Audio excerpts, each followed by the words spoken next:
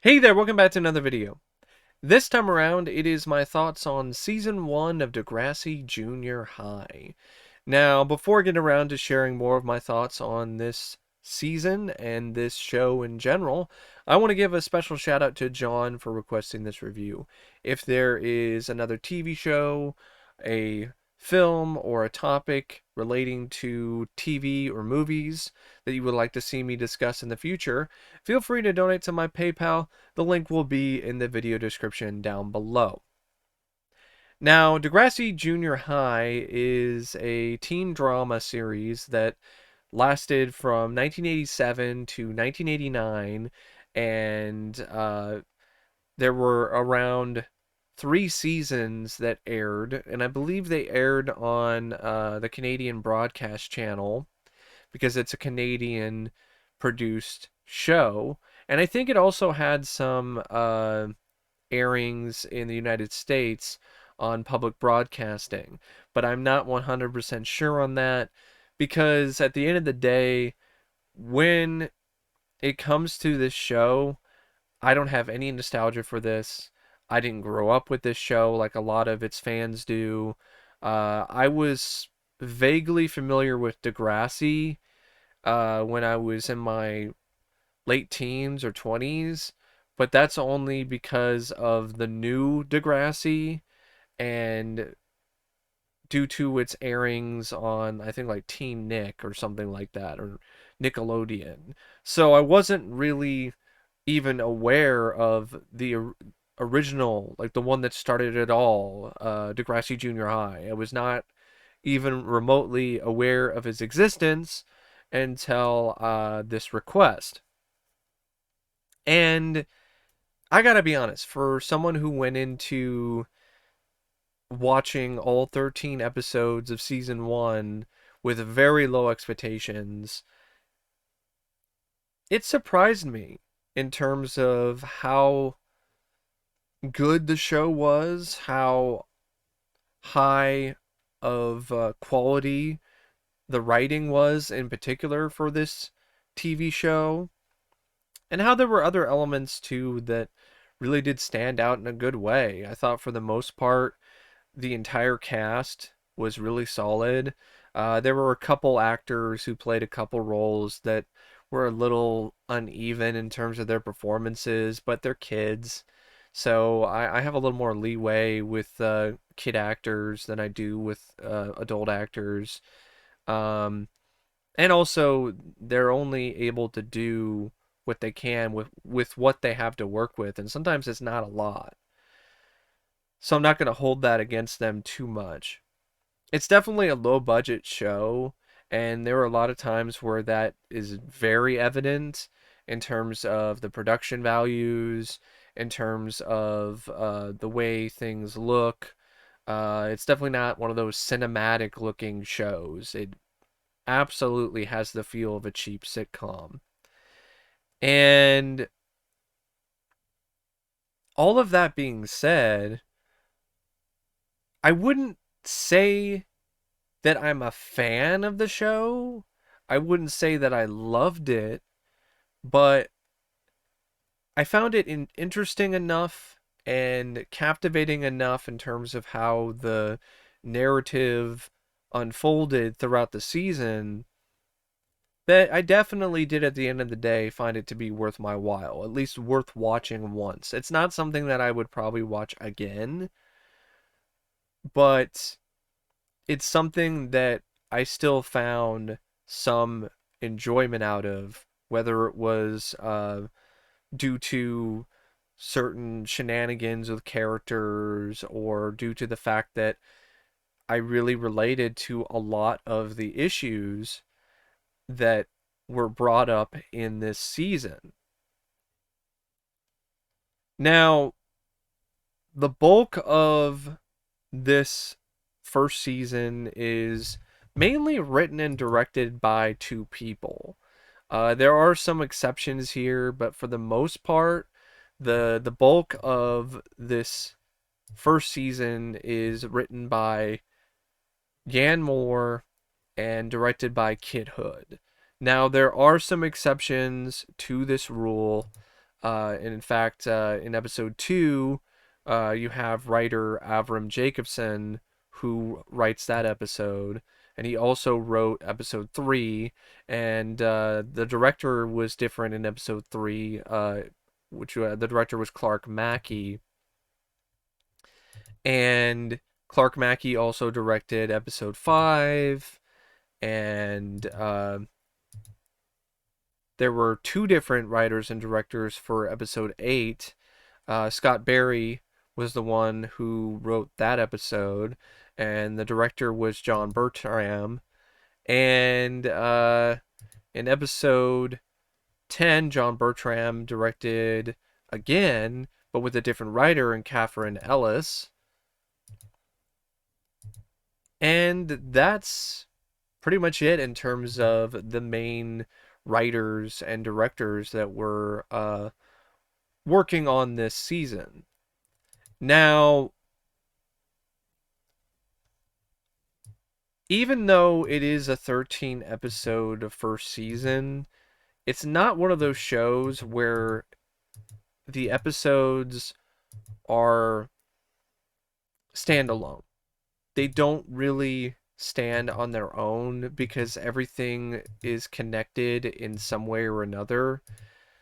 And I really like that. I really like the fact that this is a series that has a storyline that has a lot of different threads that ultimately form together by the end of the season into a complete work, and something that really does resonate in a deeper way because of the fact that it really does have this vibe of things taking place in real time in a term of junior high, because of how the stories unfold and how you have certain characters that have a lot of different arcs, and how everything really does pan out. It is very reminiscent of how things actually are in junior high. And I really appreciated that, instead of it just being an easily digestible pill to swallow in each episode. And speaking of the easily digestible pill, I want to give this show a lot of credit for not sugarcoating things when it comes to the series issues that it tackles, like teen pregnancy, underage drinking, drug use. Although the drug use in this instance is implied drug use, uh, it's not actually drug use, but it still handles that in a way that is very uh, ahead of its time in a lot of different ways. It doesn't sugarcoat things when it comes to other issues as well, like discrimination, and it's really quite an eye opener in a lot of different ways. I mean, there's one episode that has a arc involving a character that centers on child abuse. So this is not a show that shies away from these issues that a lot of teens faced back in the time period that the show was initially aired, and still to this day. So that is something that I think really is a lasting legacy for this show. The fact that it is not afraid to tackle these issues in a way that's very adult and very mature. And on top of that, the way that each episode is written when it comes to these different arcs, it's not written in a way where they fill in all of the blanks for you. They don't leave everything resolved by the end of the episode. And it allows the audience to really think about things and come up with their own conclusions about the lessons that are showcased throughout the episode. So instead of having a clear cut, just bam, here you go, this is the lesson for this week's episode, and this is what you're supposed to get from it.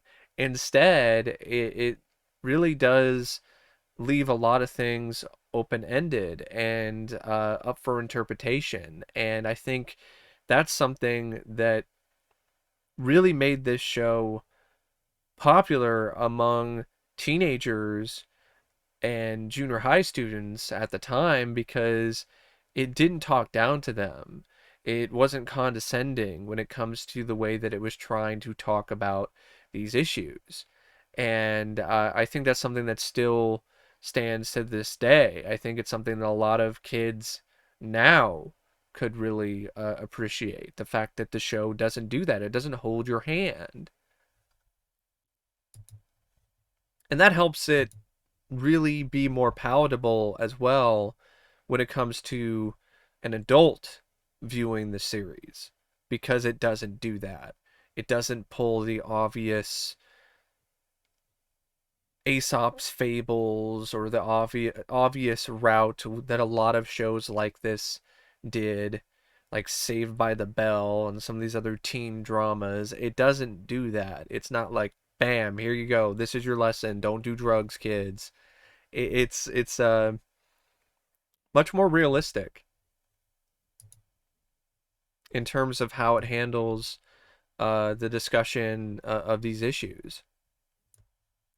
Now, the majority of the season focuses on two different grades. It focuses on grade 8 and grade 7. Uh, grade 8, the main crux of that entire class when it comes to the story is Stephanie K. And her rise to school president and her fall from grace.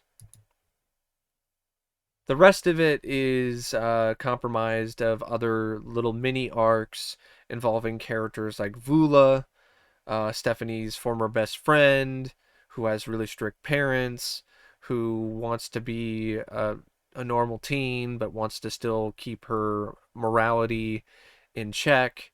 And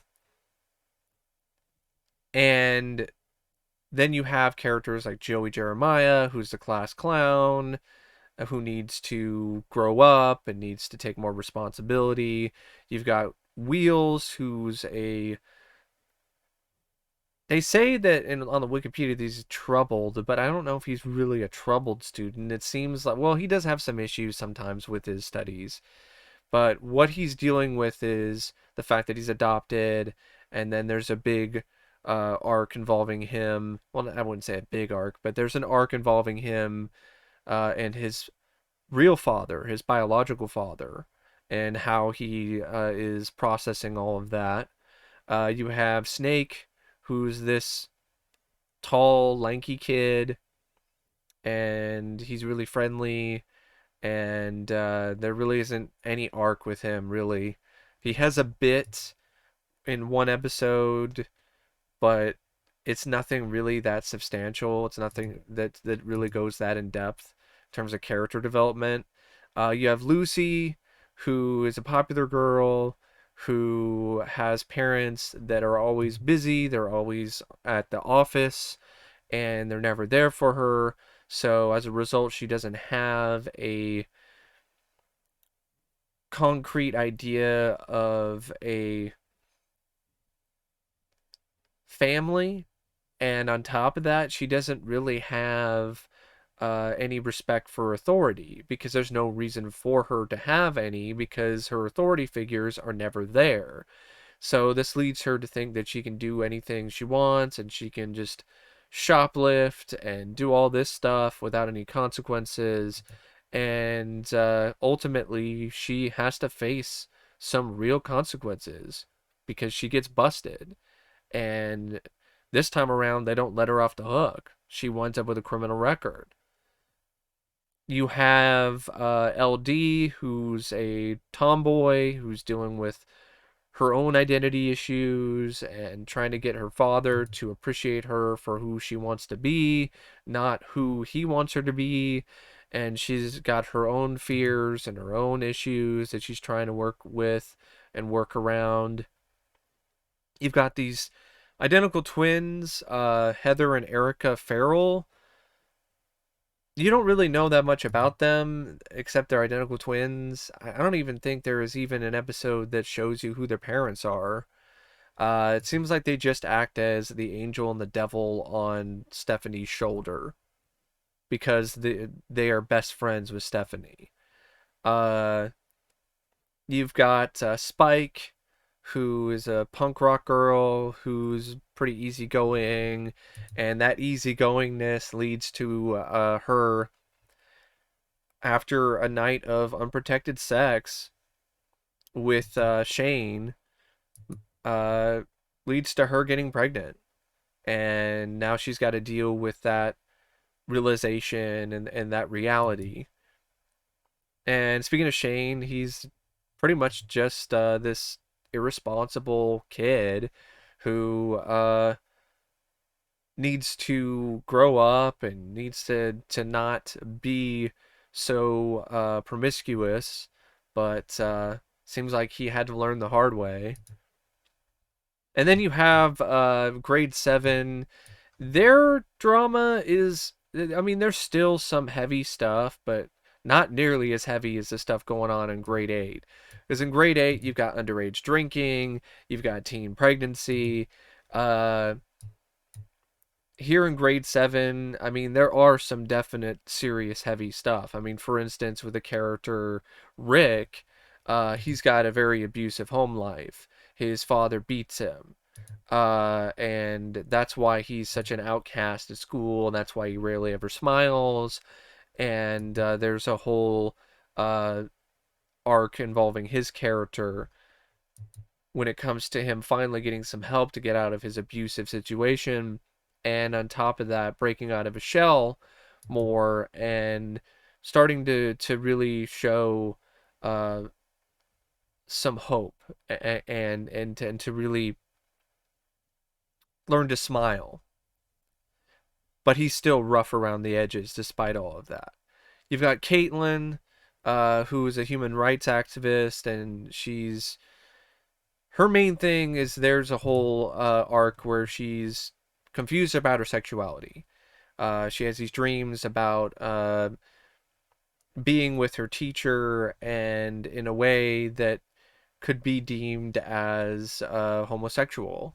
And so she has these dreams about these homosexual urges or desires to be with another woman. And she's dealing with that, and there really isn't a moment in this season where it lays out point blank that she's gay or that she's not gay. And and it even says that that's okay. And at that time, when you're that age, that is okay because you're still trying to figure things out. All these hormones, all these other things, it's pretty normal for that to happen, even though it's something that a lot of people don't want to talk about. You also have Susie, who's the vice president. She's the best friend of Caitlin. This is a character that has next to no development whatsoever. Uh, she just is friends with Caitlin, and she's the vice president, and that's kind of honestly about it.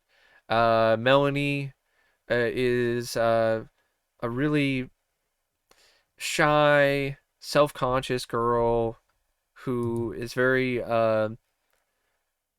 aware of her body and her image. She wants to be more mature. She goes as far as buying a bra or having a friend of hers buy a bra so she can be more mature. And but at the same time, she's very immature when it comes to the things she wants to do. She wants to get high. She wants to do all this stuff. She's very curious, but at the same time, she wants to be more like an adult. Uh, you've got Kathleen, who is just a gossip girl, and really, she's just bully. In a lot of ways, she's just the bully of grade 7. Even though I think there are instances where the grade 7 kids are being bullied by the grade 8 kids, like Joey, but to be honest, the biggest bully in grade 7 is Kathleen. At least when it comes to her interactions with other characters not named Kate, not named Melanie, because Melanie is her friend. You've got Rick.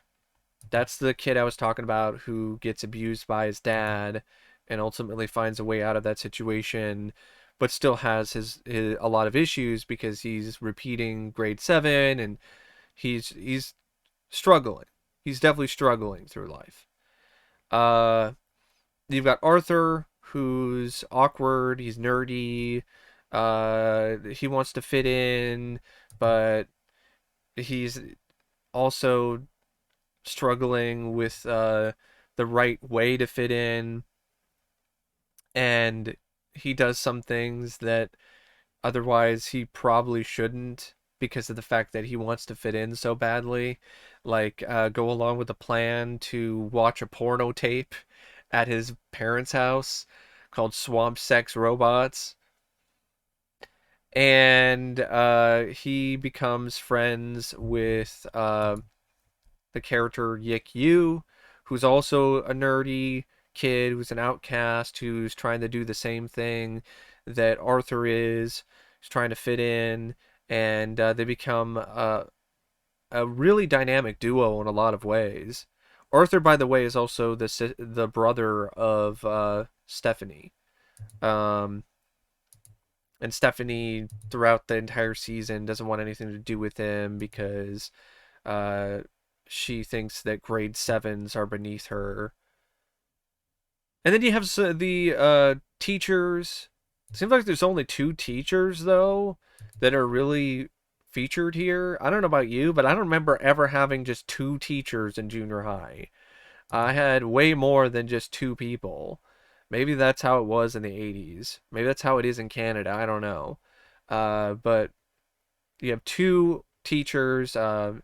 Radich, who's the English teacher for grade 8, and Miss Avery, who is the grade 7 teacher for history and geography.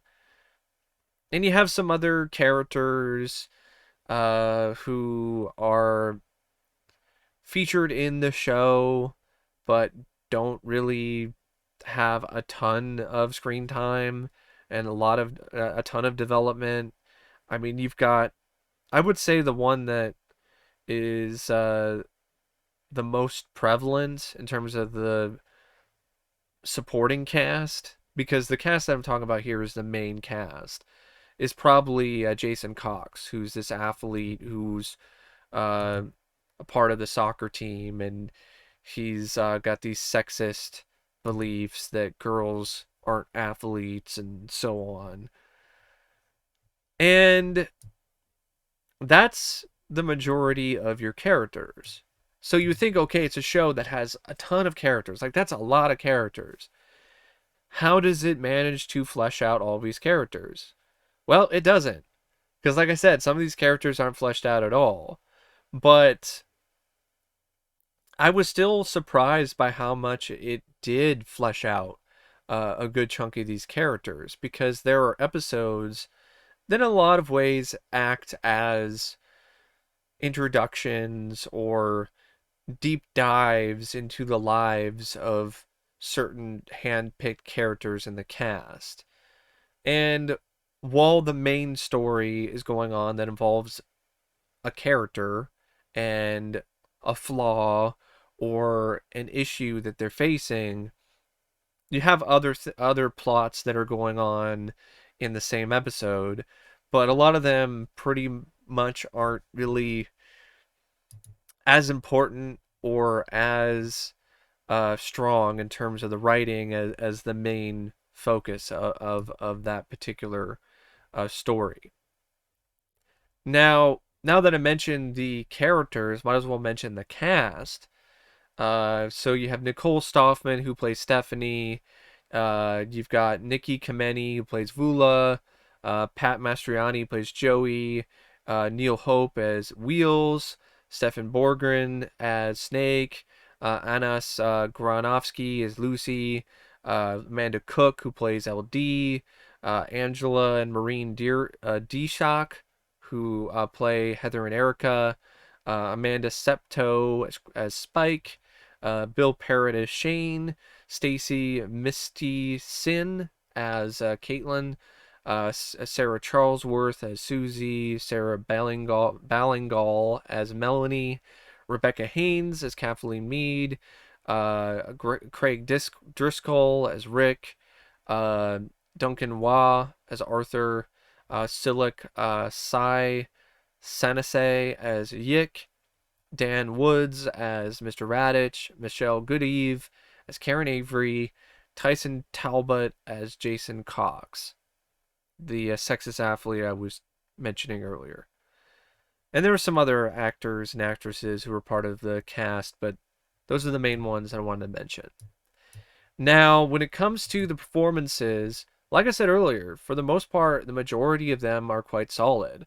The ones that stand out the most to me are Nicole Stoffman as Stephanie K. I felt she did a really great job showcasing the different sides of Stephanie. And this was a character that had a lot of layers to her and a lot of nuance and emotions that were full of highs and lows. And I really thought that her performance was quite exemplary. And I think she did get nominated for an award, if I remember correctly. Niki Kemeny, she was fine too as Vula. I definitely felt that she was the one that was the most level-headed out of grade 8. And you really did buy that this is a character that deep down really didn't want to help as many people as she could. She wanted to do the right thing. And that's why she was so understandably upset and had a bit of a grudge against her so-called best friend after she didn't acknowledge the fact that she helped her as much as she did when it comes to the speeches and it comes to her campaign for president. Pat Mastroianni is Joey. He's a class clown, and he plays that role really well. He's got a ton of charisma, a ton of personality. He's a lot of fun because of the fact that you really do buy him as this class clown. Like, he does have what it takes to pull that off. Doesn't come across as forced or unnatural when it comes to that role. Neil Hope, he's fine. As Wheels, nothing really amazing, but he's fine. He's adequate enough. Stefan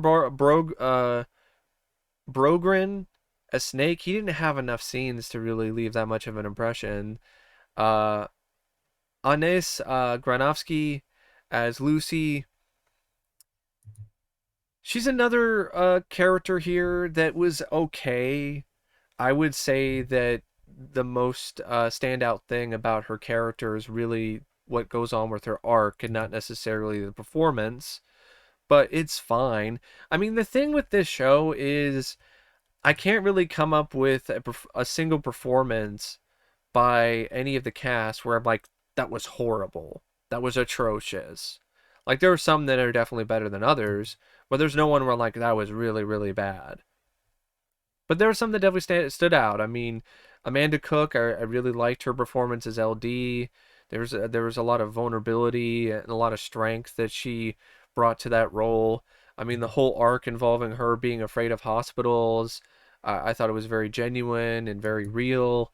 And I think a big part of that is due to her performance. The two identical twins, Angela and Maureen Deiseach, they were fun.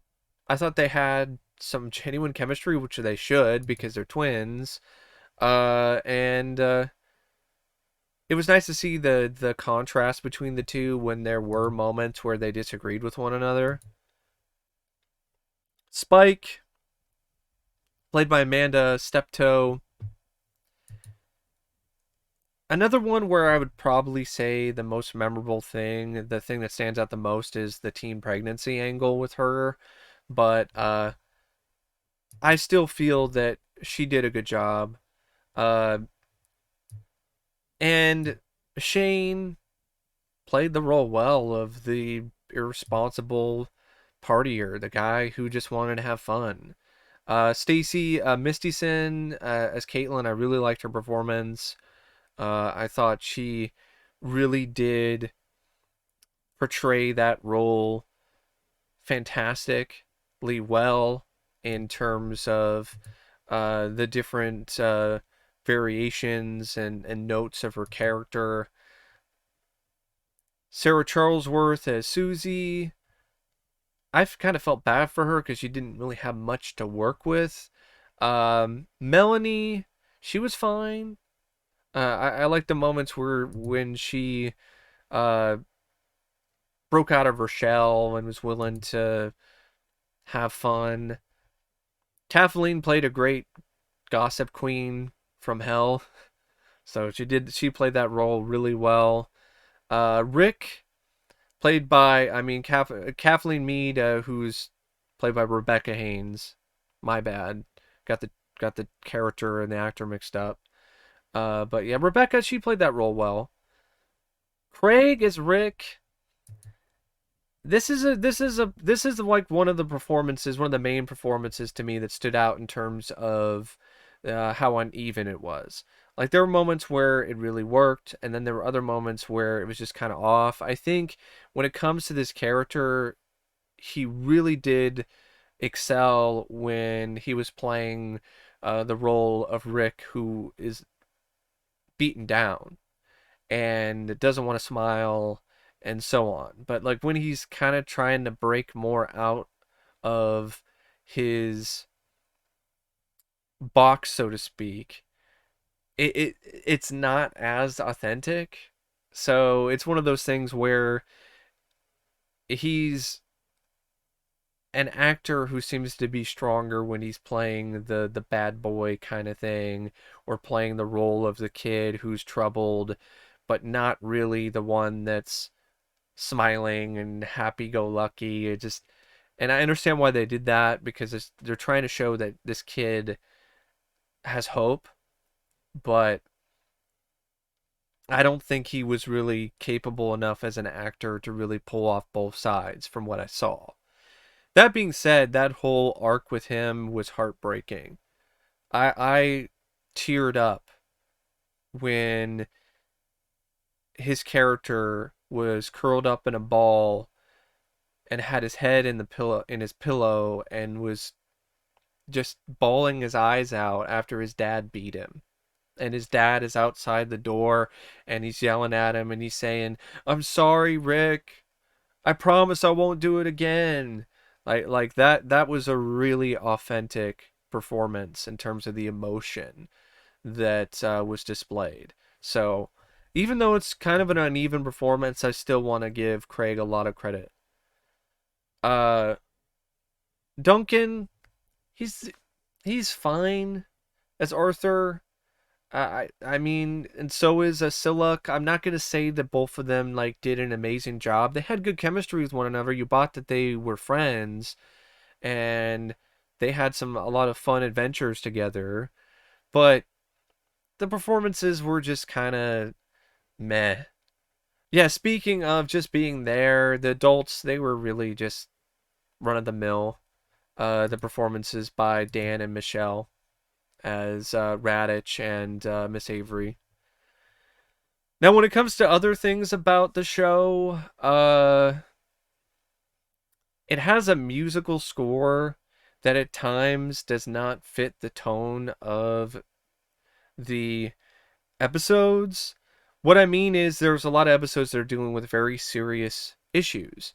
Teen pregnancy, underage drinking, uh, sexuality, all this kind of stuff. And there would be a lot of moments in this season where there would be a transition sequence that would have this upbeat score This is instrumental version of the main theme, which I got to be honest is a really catchy main theme. I got to give the composers and whoever it was that created that music a lot of credit because it's a very catchy theme, and it works as an opening theme. But even then, it's kind of a little off because there are moments in this season where the first segment that's like the precursor to the opening credits is like deadly serious, and then the opening theme is lighthearted and fun.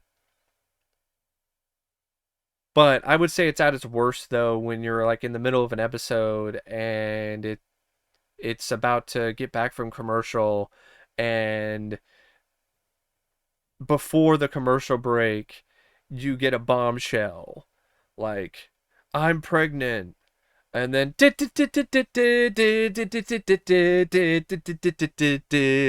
it's just like I don't under I don't understand the thought process of that.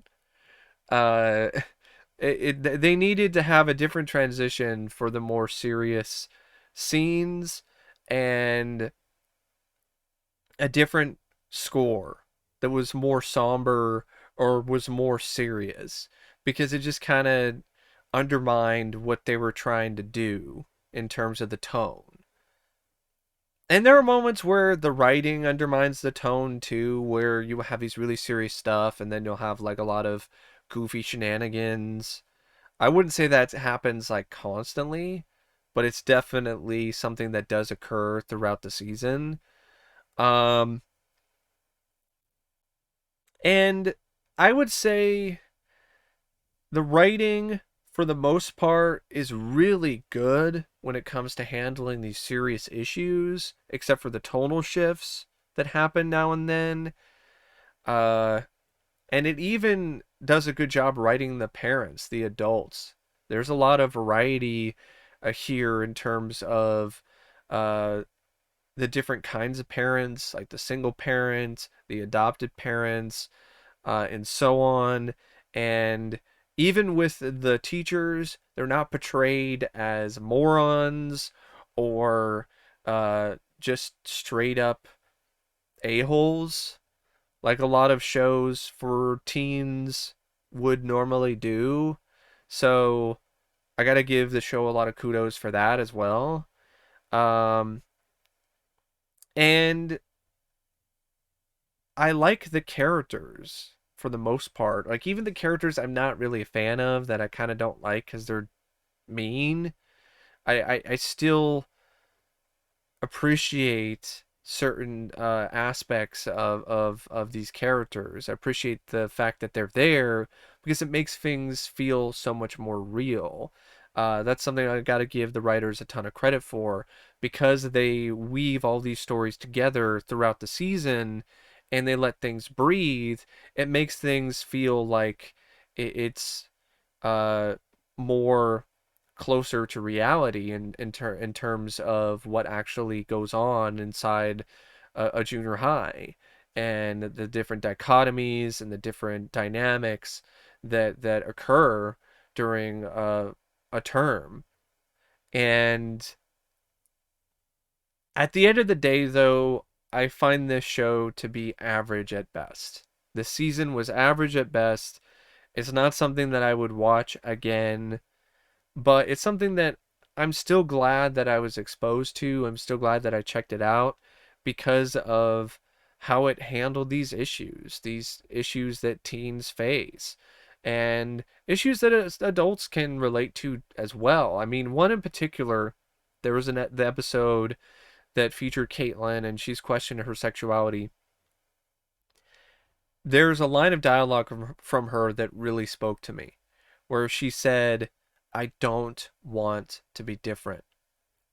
And I think that's something that a lot of people can relate to. That resonated with me in a very deep way because as someone who has autism, someone who has Asperger's and has lived with that for their entire life, I had that moment when I was around that age where I was seeing what was going on and how everyone else around me was carrying themselves and working through things.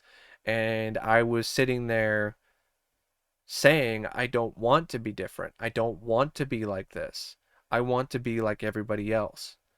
And I think that's something that a lot of teens really relate to. And I think it's something that adults can still relate to too. This idea of wanting to be normal, wanting to be the same as everyone else. But at the same time, even though those thoughts do come to your mind, it's important to realize that it's okay to be different. That you don't have to be like everybody else because you weren't intended to be like everybody else. And throughout the years, even though I do have my days where my differences compared to other people hurt me, do hurt me emotionally, and might provide me with anxiety. I try to put things into perspective and realize that it's okay because I have come a really long way from where I started out from. I've climbed many mountains. I've jumped many hurdles to be where I am today. And even though I had to do all of that because of how different I was, that's something that shaped me for the better. So, yeah, that's really all I have to say about Degrassi Junior High Season 1. If this is something that interests you, if you like teen dramas, I would honestly recommend it if that's something that you really do enjoy watching. If it's not, probably something you could definitely skip. But if you're a parent and you have kids that are around this age who are going to junior high, uh, that are 12 to 14 years old, I would highly recommend watching this show and maybe watching it with your kids because I think there's a lot of lessons that adults and kids can learn together. And even though it's something that's not really uh, a show that I would pick out of a lineup to watch over and over again, it's something that I still do feel has a lot of merit in terms of the messages and in terms of the lessons that it teaches along the way. So, yeah, that's my thoughts on Degrassi Junior High Season 1. Thanks for watching. As always, I'll see you later. See ya.